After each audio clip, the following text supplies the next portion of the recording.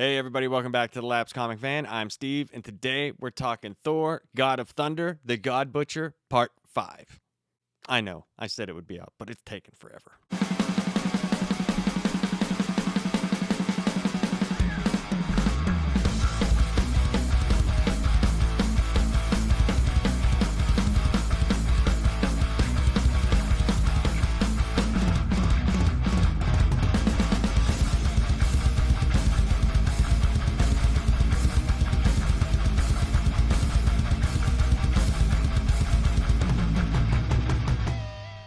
All right, so yeah, man, it's good to be back. I've been working just nonstop, like 70-hour weeks. It's just unbelievably ridiculous, but I wanted to get this out. But first, I want to talk about a couple things. We have the Batman contest going. That'll be August 27th, guys. Just come into the live chat, and all that stuff that I've shown you guys, I'm going to give away to one lucky chatter / subscriber. But also, I have some comics here that I want to give away. So I recently picked up the Jonathan Hickman Avengers run. I have the complete collections right here. And the last part of the collection, they only went up to part 4. And the last part of the collection is the Time Runs Out portion right before Secret Wars.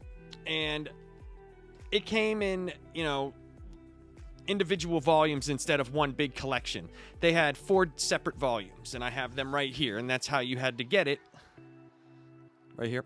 Before, they actually came out with, just this past Tuesday, they came out with Part 5 of the complete collection. So I picked up Part 5, and I wanted to give away, if anybody wanted it, some Hickman comics. So if you want these 4, the Time Runs Out, just message down in the comments right there, and if I get somebody or anybody who wants it, I'll send it to you for free. Also, I ended up getting the Hickman Fantastic Four omnibuses right here, 1 and 2. This is the whole run. So I have the complete collections right here. Volume 1 and 3. Volume 2 is so expensive, and I ended up not getting Volume 4 because I bought the omnibuses. But if you're out there and you want the Hickman Fantastic Four collection, Volume 1 and 3, you could find Volume 2. It's pretty expensive, but Volume 4 out there is only like $20. So, hey, man, if you could find it, hey, and you want this, just message me also there. Let's just get right into it. This is Thor God of Thunder, the God Butcher, Part 5. At the Palace of Infinity, Gorr is following through with his plan to go back in time. But to where? And to do what? We learn a little more about why Gorr hates the gods. He narrates while he dips into the blood of the Time Lords. He was raised to believe the stars were the eyes of their ancestors who pleased the gods, and the damned were meant to suffer in the hot sun. So the more who died unworthy, the hotter their world would burn. That's the way they were taught to honor their gods, through fear. But where were the gods when Gorr's people needed them most? They were where they always were, nowhere to be found. Gorr travels back 14 billion years to the beginning of creation, where the stories they were always told was of the first god who formed the universes from tears it wept when looking upon emptiness and loneliness around him. The tears formed oceans that became ice, which then became worlds, and there the first god planted the seeds we know as life today. What Gorr sees is nothing like those stories. No tears from the first god, only tears from the misshapen creatures of first life around him. Minutes old, but already begging for death. No grand plan, only the working of a baby elder god, treating primordial life as his fleshy playthings. Gorr knows, despite their pitiful efforts, life will find a way and evolve into what we are now. And they'll still worship these bumbling deities they believe who made them. But for this young god, there will be no temples made. He is Gorr, son of a nameless father, slaughtering his way to his dream of a godless age. Gorr steps out of the blood in the Palace of Infinity to the last Time Lord's disbelief. What he comes with is the heart of an elder god, and all he needs now is time. Time to build, and slaves. Lots of slaves.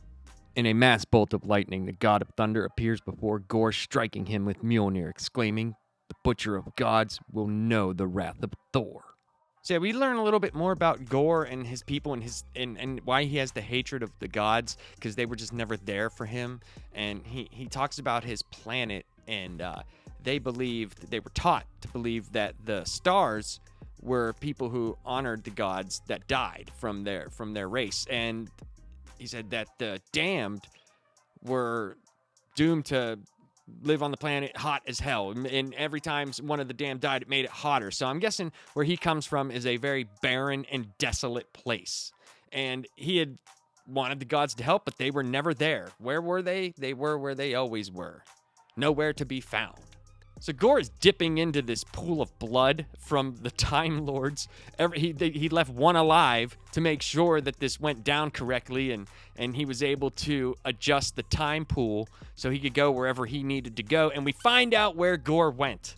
He went 14 billion years into the past. It's a place called the Void, and he kind of reminisces about the stories he was told about how the worlds were created. There was a lonely god, and he looked around and he was sad at all the emptiness and loneliness, and he cried, and his tears became oceans that became ice, that became land, that blah, blah, blah, and he created all this life, planted seeds of life as we know it now. Well, when Gorr gets there, he sees some weird baby elder god just sitting there screwing with the primordial ooze, and he doesn't see tears of loneliness.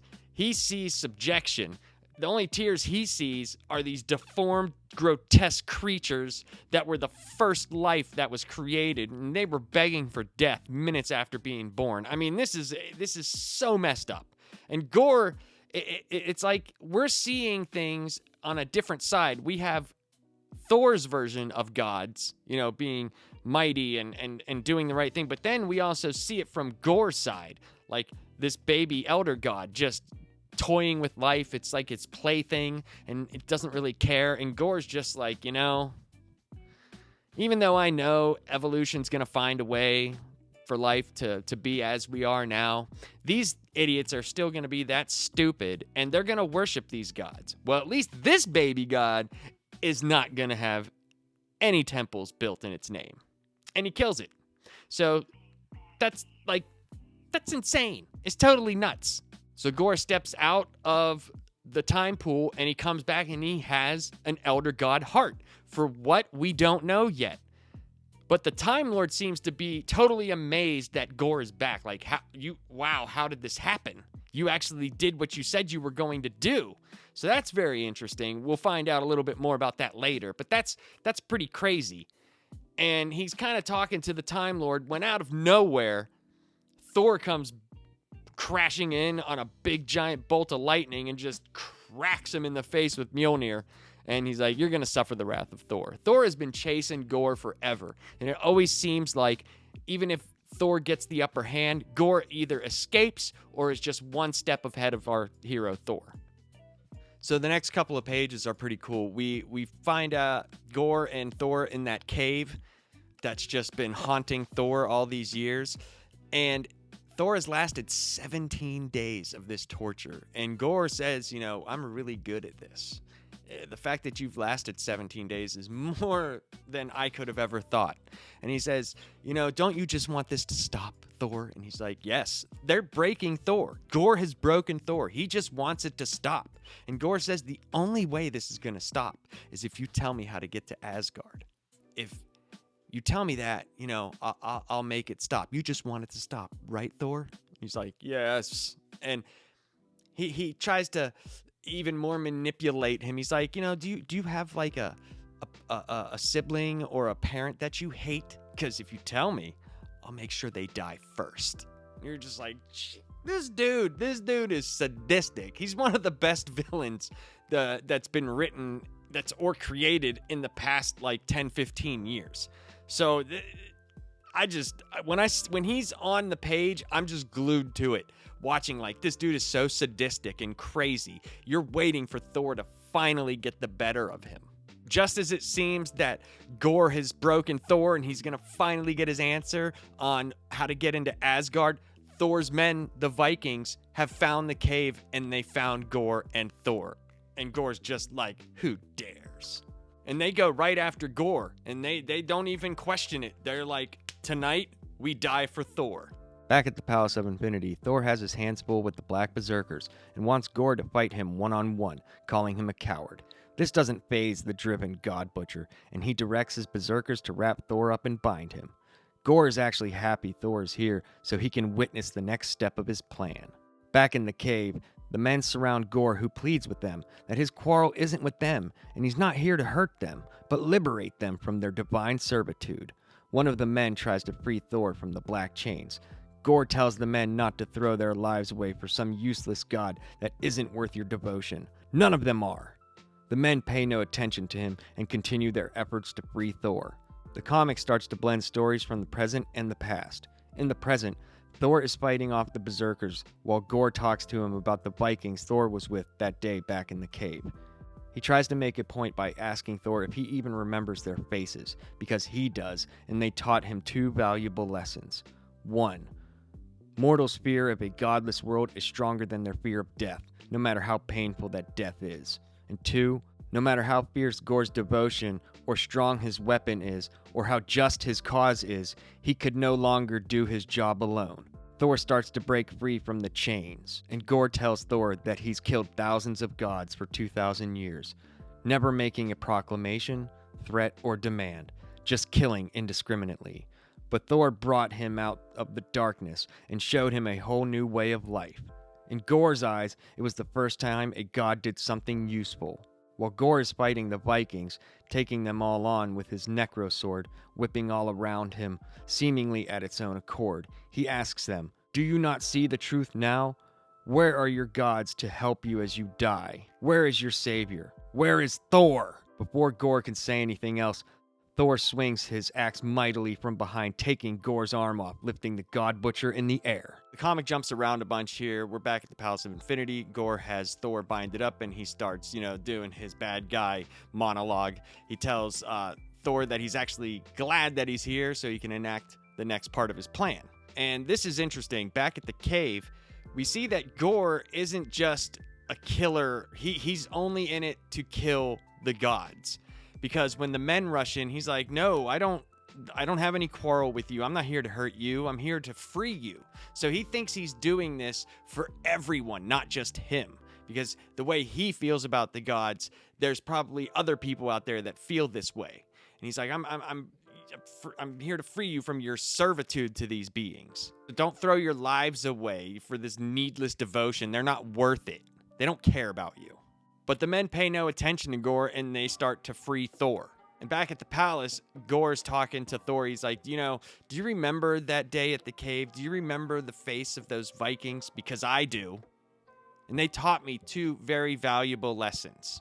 1, mortals' fear of a godless world is stronger than their fear of death, no matter how painful the death. And 2, no matter how fierce his devotion, or how strong he is, or how just his cause, he can't do this alone.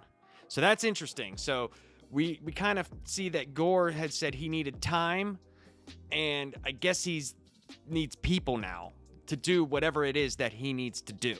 And Gorr's going in on the men, and the necro sword is just freaking going all over the place, getting guys, and he's like, where are your gods? Where's your savior? Where's your Thor? And just his arm gets lopped off from Thor from behind. Thor's just swinging the axe. It's an amazing panel. It is awesome. Next couple of pages, Gorr has Thor binded, and he's kind of musing about their past. And Gorr says, that day in the cave, you enlightened me, and I am in your debt for my new direction, and that's why you're going to die last. I mean, that's just he's just such a psycho. But he's calculated, and he has this plan, and he's following it to a T. He is very driven for what he feels he needs to do. The Time Lord tells Gorr that he has fixed the pool to exactly his specification where he needs to go, and he's like, "Hey, I did that, and you told me that you would let me live." Gorr just stabs him right up through the chin, through the brain. He's like, "No, I just said that you wouldn't have to watch to the end, unlike Thor here." Just insane, man. It's just insane. And while that's happening, Gorr's like, "No more gods will die." And Gorr's like, "What do you not get? All gods are gonna die. They're all dying, Thor. Get it through your head. I'm winning. Gorr dips into the pool and vanishes, where we don't know, but Thor gets enraged and he breaks free from the Black Berserkers and dives headfirst right into the pool. Thousands of years later in Asgard, Thor arrives. Black Berserkers are everywhere, and Asgard looks to be destroyed. He asks, "Where is the Butcher of Gods?" Old Thor is shocked to see his younger self standing before him. Thor thinks it's Odin, and he wants to know what happened to Asgard.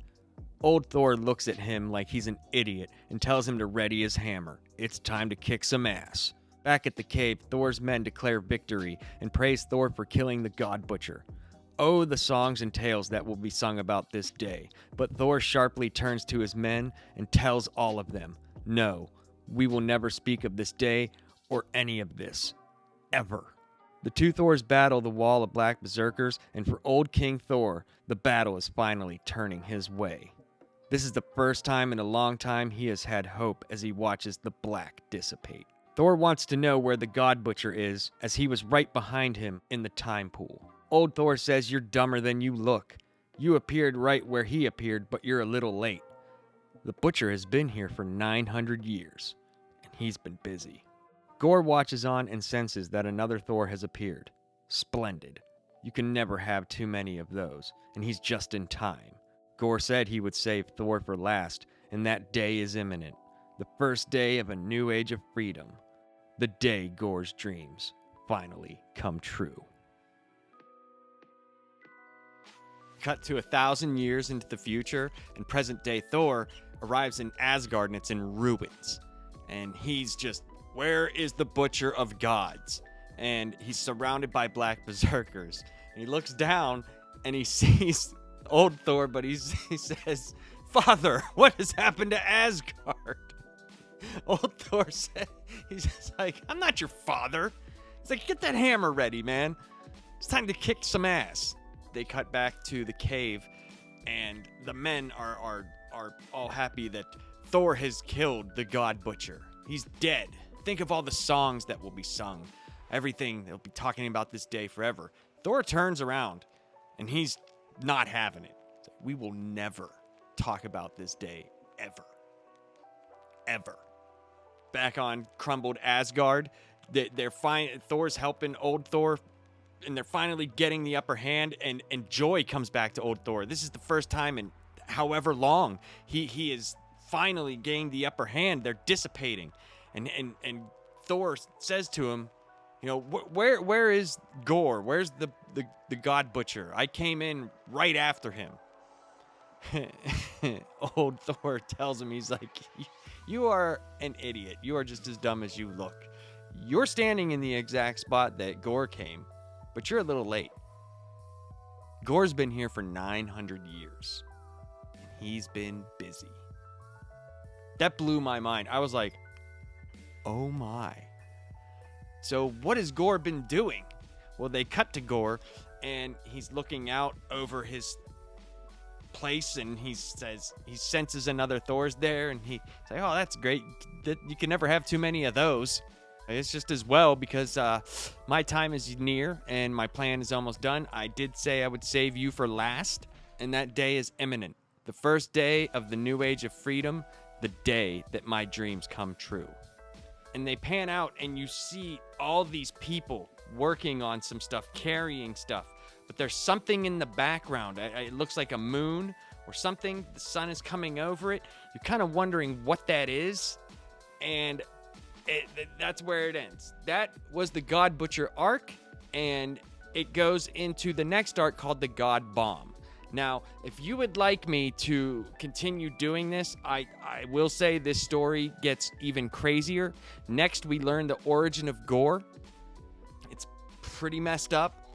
And you get to find out what Gorr has been doing this whole time for that 900 years. I love this story. I mean, I had read this a while ago, but this got me back into Thor. Jason Aaron did a really great job. He's written some other stuff. I think he's writing the Avengers right now. It's okay. It seems like he was tailor-made to write Thor. He just gets it. And I have to say, Esad Ribic's art for this was incredible. Now, in the next arc, he doesn't do all the art. Some other guy does it, and it doesn't, to me, it just does not fit. But the story is so good that it trumps all the art. So I have to say, this is 100% recommended by me. I give the story for the God Butcher arc a 5, and I give the art a 5 out of 5. This is amazing, and like I said, comment down below if you would like me to continue covering Thor God of Thunder to the next arc, the God Bomb, and I will do that full arc if you would like me to. That will end the Gorr part of the Thor God of Thunder. They go on to some more stuff after that, but yeah, guys, I think it's awesome, and I'm glad I was able to do this. But next time on The Lapsed Comic Fan, which will be very, very soon, is Dark Crisis number 3. A lot of things are happening in Dark Crisis. It's starting to shape up to be pretty crazy. We learn, there's a cliffhanger at the end, and we learn a little bit something about what Pariah's been doing. So, peace out, y'all. Make sure you comment, like, and subscribe if you haven't. And if you are subscribed, smash the thumb in the upright position.